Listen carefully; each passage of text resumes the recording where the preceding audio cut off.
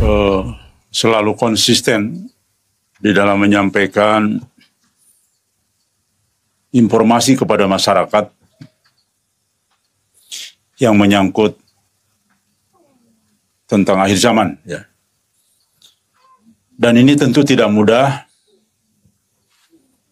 karena mayoritas, mungkin 99% tidak menyukai tema-tema seperti ini. Karena hampir semua masyarakat, wabil khususnya umat muslim, sudah terseret dalam hubud dunia. Jadi kalau seseorang sudah masuk dalam lingkaran hubud dunia, maka tema akhir zaman adalah tema yang dia hindari. Kenapa? Karena memang begitulah alamiah, ya. Orang yang sudah cinta dunia tentu tidak ingin segera berakhir. Yang ada, terus hawa nafsunya diikuti, ya, dengan menumpuk kekayaan, menghabiskan waktu hanya untuk mencari dunia dan sebagainya. Namun di antara umat muslim yang sedemikian banyak, alhamdulillah masih ada segelintir orang yang selalu mengingatkan tentang fase berat yang akan terjadi. Apalagi di dalam sebuah hadis baginda Nabi Muhammad SAW mengatakan bahwa justru Dajjal itu muncul ketika di mimbar hampir tidak pernah disampaikan tentang Dajjal itu. Hampir tidak pernah disampaikan. Jarang disampaikan. Bahkan tidak disampaikan di mimbar. Dan itu sudah terjadi saat ini. Hanya 1-2 orang saya lihat yang cukup konsisten bicara tentang Dajjal.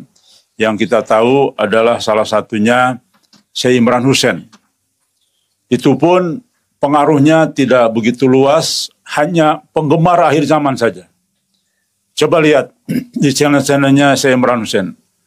Yang viewernya tuh nggak banyak. Ya, bahkan punyanya dia sendiri juga tidak banyak. Tidak sampai jutaan, tidak sampai ratusan ribu. Hanya ribuan-ribuan saja yang nonton.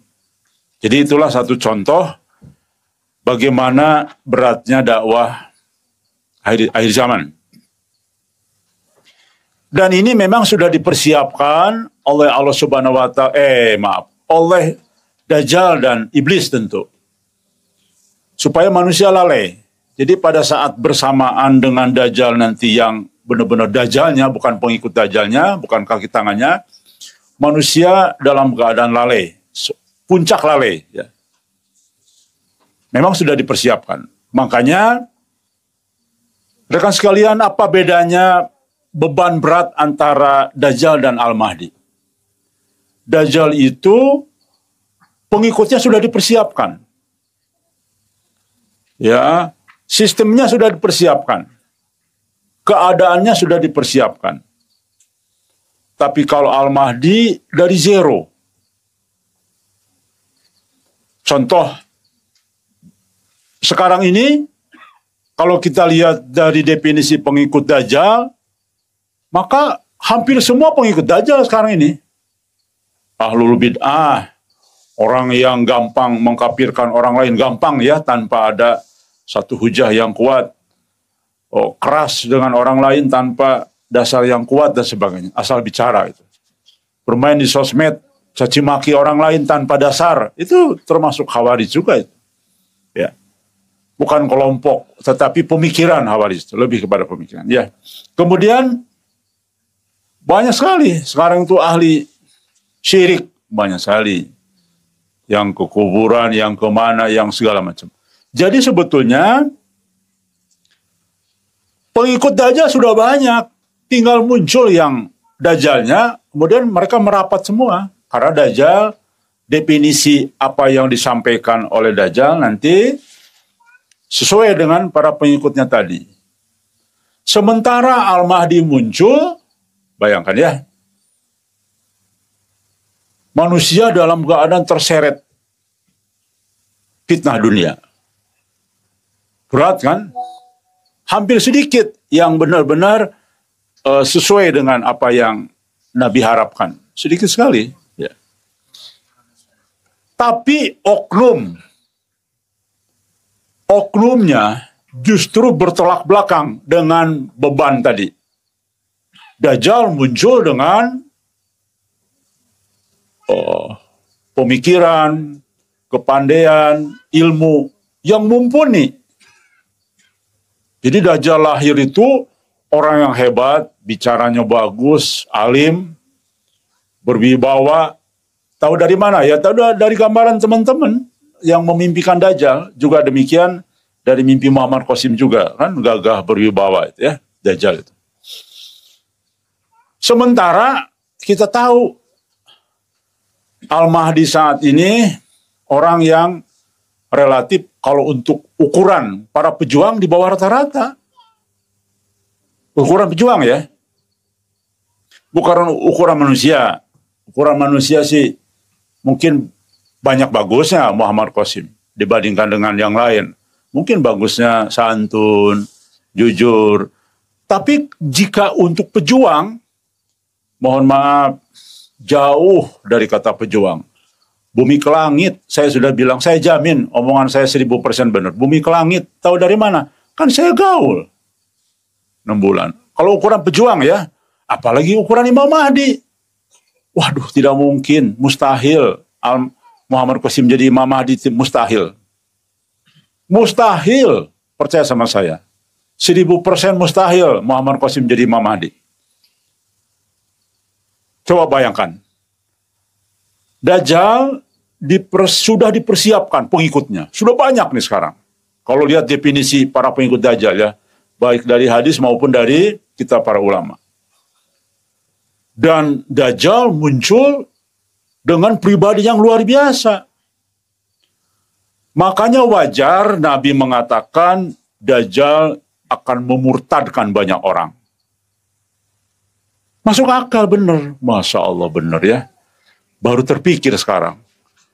Sampai detik sebentar lagi dia muncul, pengikutnya tinggal merapat. Ya, tinggal merapat. Ahlul bid'ah hampir semua, ya.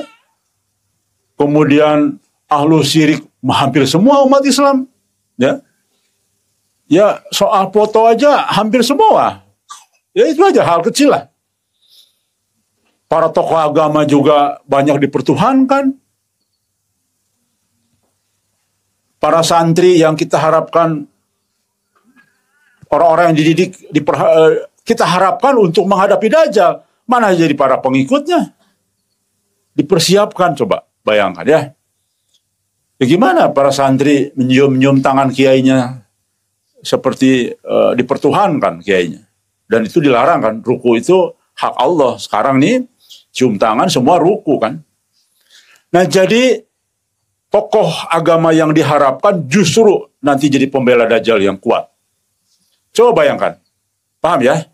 Sementara Al-Mahdi yang justru tidak ada pengikutnya, hampir tidak ada. Ya. Tapi keadaan sosok Al-Mahdinya Masya Allah.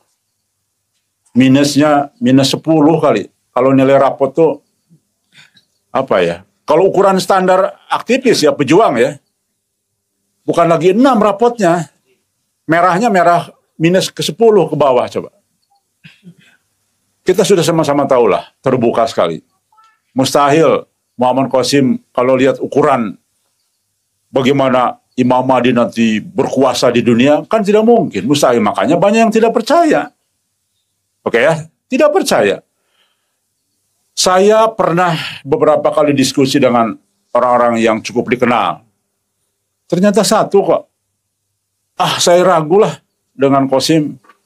Masa begini Imam Mahdi? Begitu. Sudah, begitu berarti artinya ukurannya tidak sesuai dengan ekspektasi yang sekarang ini dipikirkan. Wajar.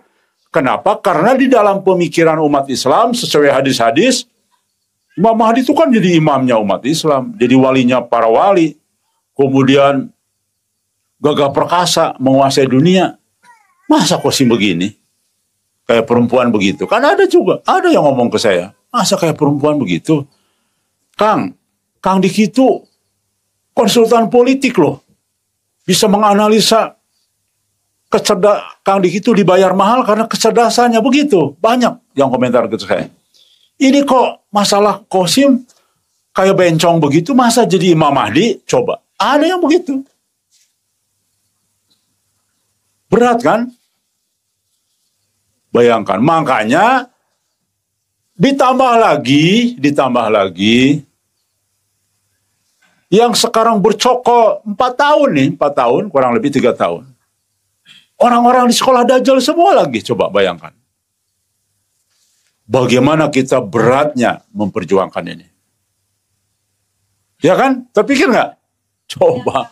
Pengikutnya nggak ada, Al-Mahdi itu karena memang pengikut Dajjal hampir semua sekarang ini. Ya. Baik dari sisi pemerintahan, dari sisi, semualah. Mana pengikut Al-Mahdi sekarang? Ya. Ada orang-orang yang akhlaknya bagus-bagus, tapi kan ahlul bidah. Ada yang bagus-bagus akhlaknya atau pemikiran agamanya, tapi kan kelompok Khawarij. Kelompok Khawarij itu sekali lagi bisa ada di EPI, bisa ada di Muhammadiyah, bisa ada di NU, Khawarij itu.